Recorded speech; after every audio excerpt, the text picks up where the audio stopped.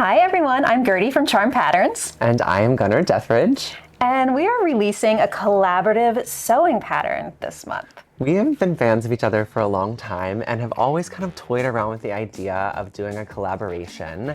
And we figured with Met Gala coming up, why not do something kind of grand and exciting? Right, so we're inspired by a lot of diverse things. We started out with Charles James and Dior, and then we kind of went into the art world of the Met Gala with Degas.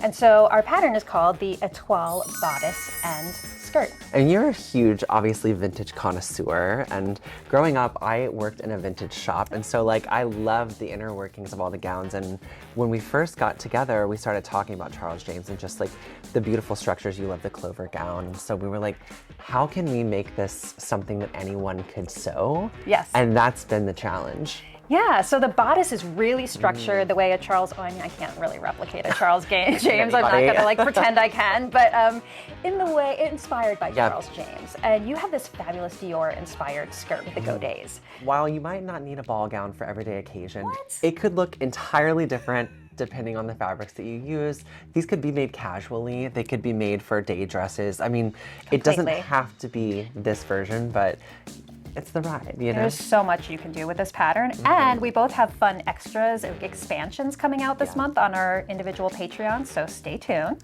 Which, if you're not on Patreon or considering joining Patreon, what is Patreon? So Patreon is a platform to support your favorite artists, and we just happen to be sewing pattern designers. And so I release a pattern every month. You do too, right? Too, yeah. So, and sometimes we do a bonus. We always do a bonus pattern in the middle of the month. We do a tutorial video every month, and it's an amazing community. Yeah, too. It's really incredible. We both have Discords also, and if you don't know what Discord is, it's basically like a chat room for your people, and you can ask questions. They share inspirations. It's fun to just kind of get on there and gab with your girls, you know? Completely. Sometimes we even do live sewing in mine, where we'll just all hop into a channel and what are you working on? And I love that. It's really sweet. So Patreon's a really cool place to connect with us, connect with your other favorite creators. And make sewing friends in real life. Yes. Yeah. That's been really incredible too. Also, you can learn to sew. It's been around for hundreds of years. It's not intimidating. We can make it easy for you. So today we're going to be doing a little tutorial where we show you how to combine the bodice and the skirt. And then Gunnar's going to be showing you how to install the zipper. Which is not hard. Zippers can be easy, even if they seem stressful sometimes. Even with a tulle godet even at the with bottom a ball of gown. Yeah. It's doable. Okay, so shall we get started? Let's do it. We are now going to sew the bodice to the skirt at the waistline seam. So we do a lot of separate bodices and skirts at Charm that are interchangeable, and sometimes we just kind of leave the end of the video with the bodice sewn. And I feel like this is going to be really helpful for people who are like, what's the next step, right? So we're going to do the waistline seam, and then you're going to show the zipper. Yeah. So we have this enormous skirt here, this big girl, she's gorgeous, and then the bodice.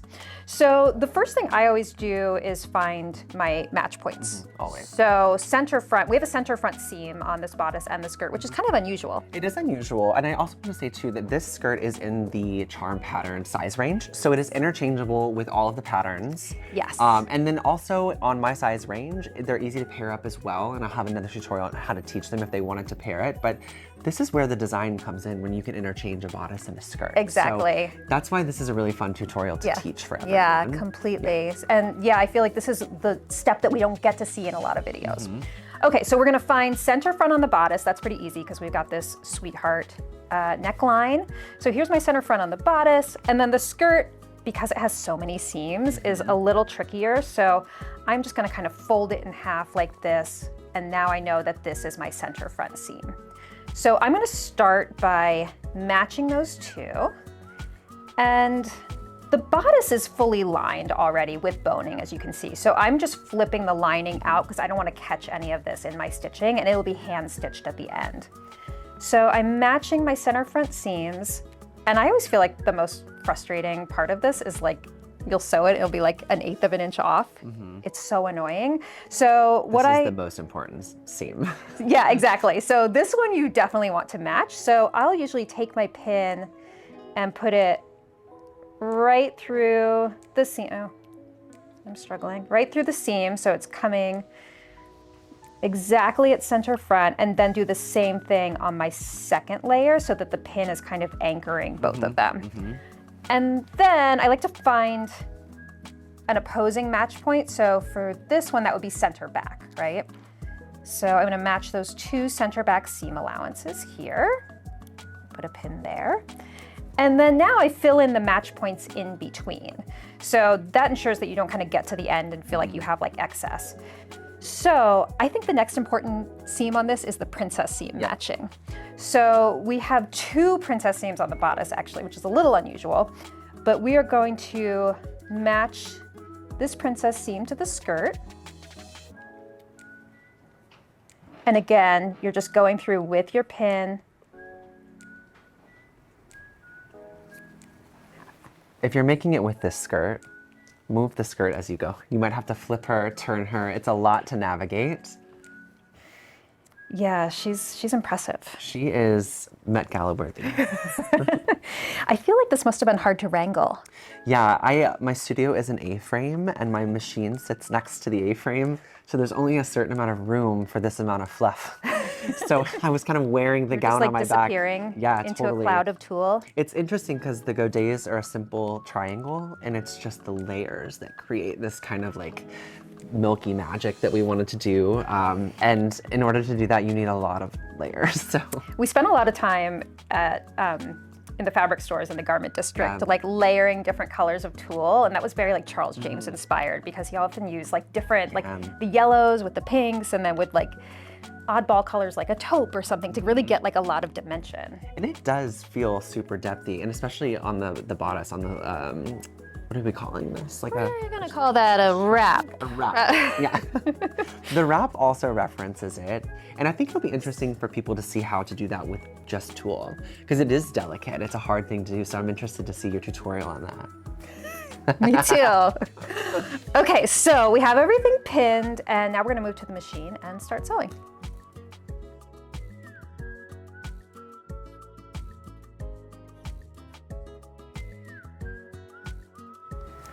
All right, so we are at the machine. Gunnar's assisting with holding Moral support. the enormous skirt. So I am going, because this gown is getting so large in scale, I'm gonna sew with the bodice on top. That just makes it a little easier. Plus, then I can see all of these seam allowances and make sure they remain pressed open. Okay, so I'm gonna start at center back, and we have 5/8 of an inch seam allowances on these. And stitching with a 2.5 long stitch length. So the real challenge here is just making sure that all your seams remain aligned.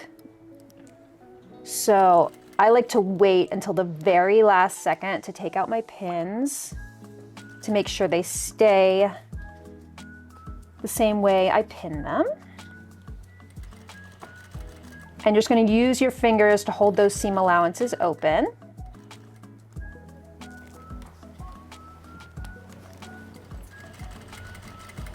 So this is an industrial machine, which is pretty nice for projects like this because then you have more of a flat bed.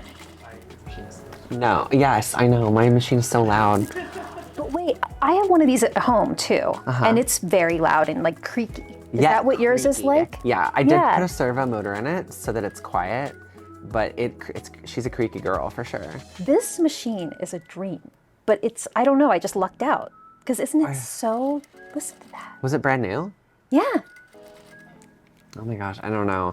When we were doing the chapel look and we had all the people come in, this girl goes, "This machine sounds wrong." And I was like, no, she's just temperamental. It sounds like you're due for a new machine. Okay, I think we just hit center front. What's happening over here? It's happening. Do I need to twist it? No, you're good. Okay. Did you have assistance while you were sewing the skirt? No, wrangling? No, it's just you? Yeah.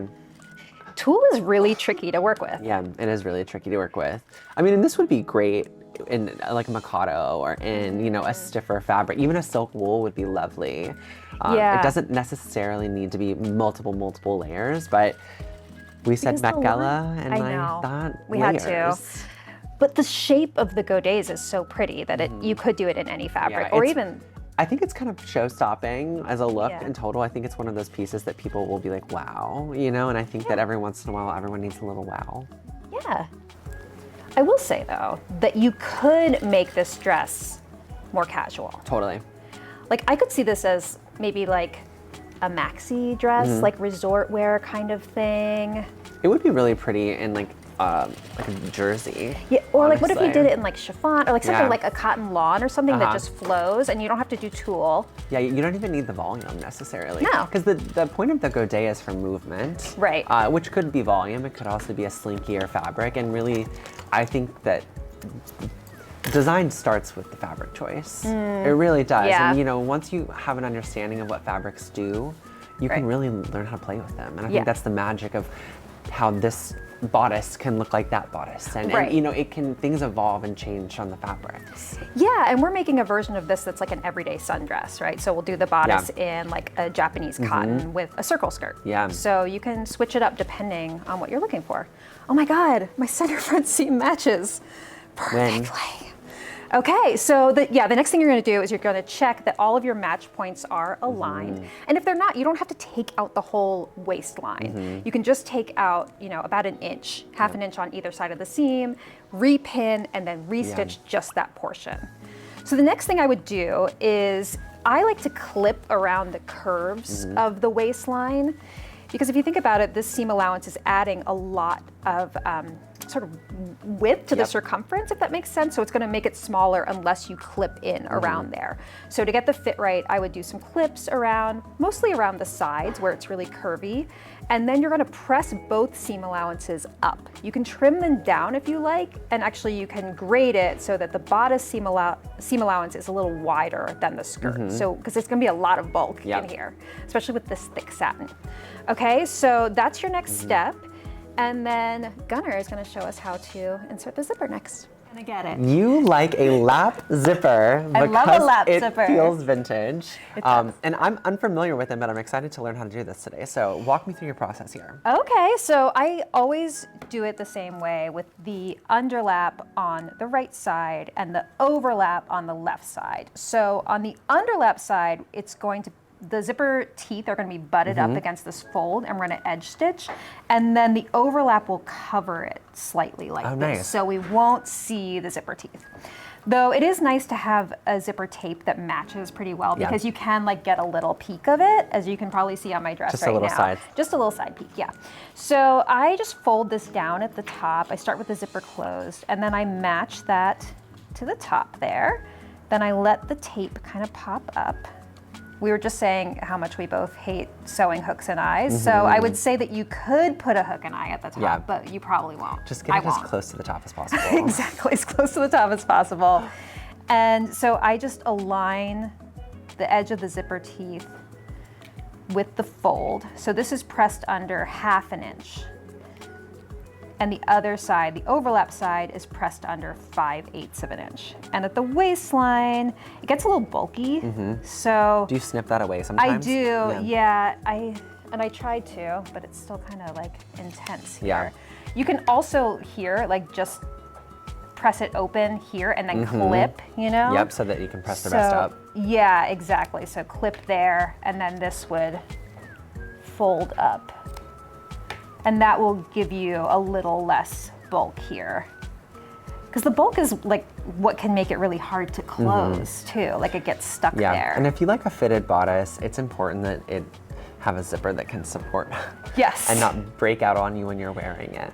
Yeah, I once made the most beautiful, if I do say so myself, like hot pink double wool crepe sheath dress. And then I put in an invisible zipper because I was like, oh, it'll just be like, you know, it'll be like less conspicuous. And then like the second time I wore it, it busted open. Ugh, that's in the middle of the workday, you know? So I have not trusted invisible zippers since then. I like the larger ones. There's some that have wider teeth and they're much more trustworthy. Yes. Harder to sew in. Yes. And honestly might be a good example for a lap because you can kind of see it from the outside, but they're tricky. They do bust. Yeah. Okay, so I do this in stages. Like I would go sew this now, like at just like a scant, like 1/8 of an inch here. And then I come back and pin and sew the second side. Nice. Let's sew. Let's sew. So the theme this year is? Fashion is art. Fashion is art. Yeah, I think something along those lines. That's the theme for the gala. That's the theme for the gala. The carpet, I think, is also along that. Actually, the theme for the carpet is fashion is art. And I think the exhibit is costume. Yes. And so that's Which like how... we found really confusing, I recall, as we talked about. I think it's how fabric works with the body in art. Yeah. I think is like kind of how they're interpreting it. The thing that I'm excited to see is like what is interpreted from the art, right? Like, there's been some really famous pieces. Maybe like Madame X was just there, and so like, you know, I would expect to see some of those. And I think when we started deciding what to make, you came with this Degas, and I was like, so excited because turning the ballerinas into a Met Gala gown is like really special, I think.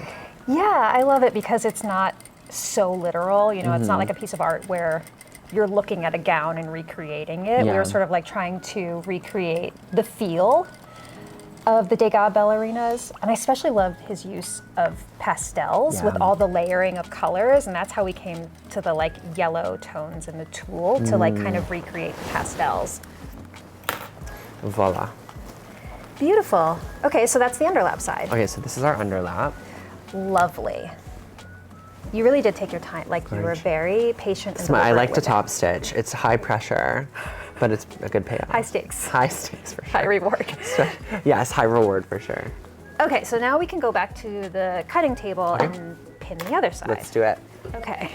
So you just did the most gorgeous edge stitching here. And this is gonna be the overlap side here. So I matched the waistline first. So that's really important.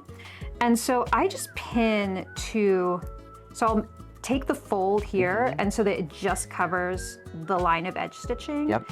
And then I put a pin to the left of the teeth like this, so you can see how we're forming that little lap.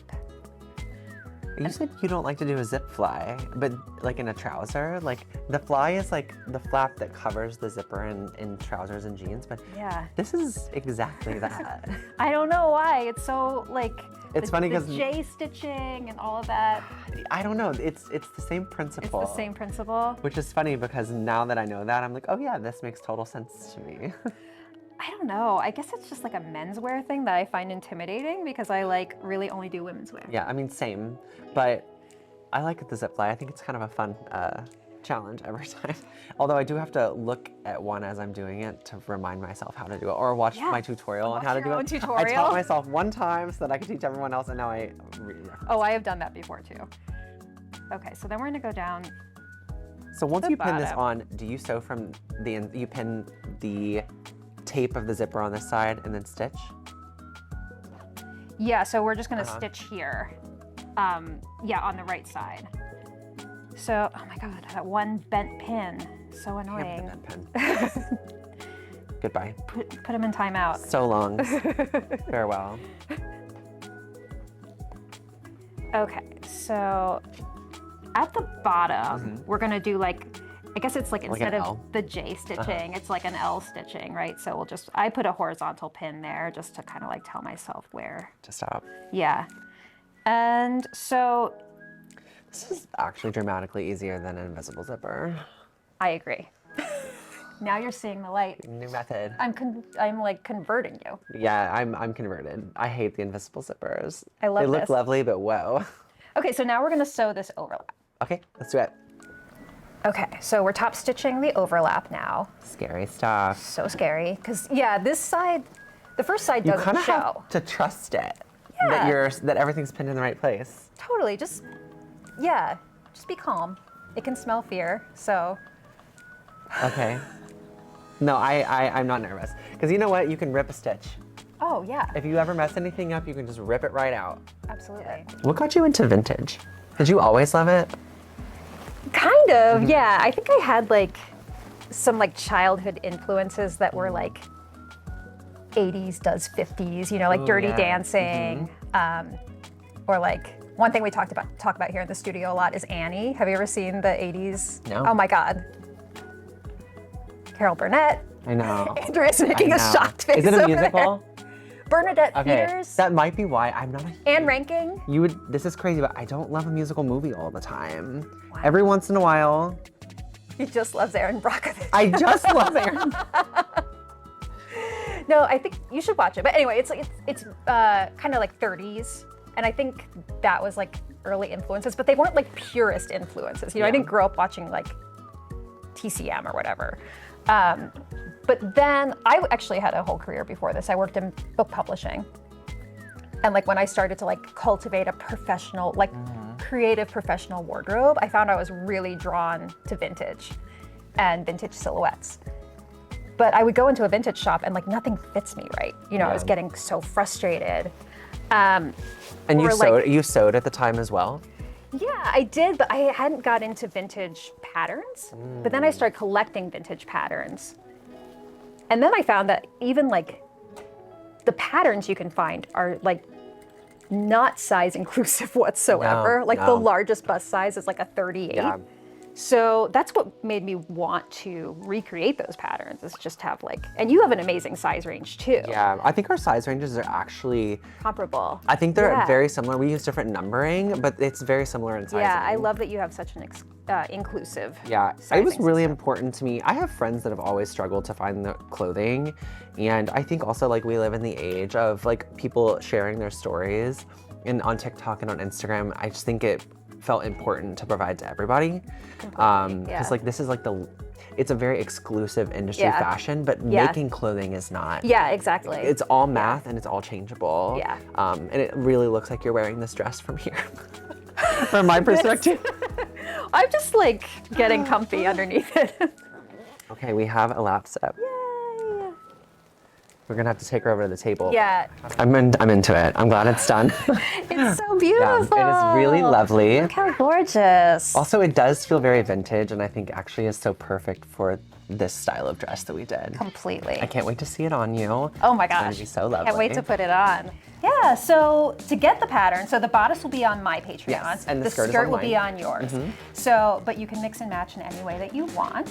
And yeah, stay tuned because we both have a lot of fun stuff coming up. Also, if you have any questions, feel free to leave them in the comments. Subscribe to both of our YouTubes as well if you want to keep learning and growing. And until next time. Yeah, thanks for doing this with me. This is so fun. Thanks for joining us, guys. See you next time. Bye.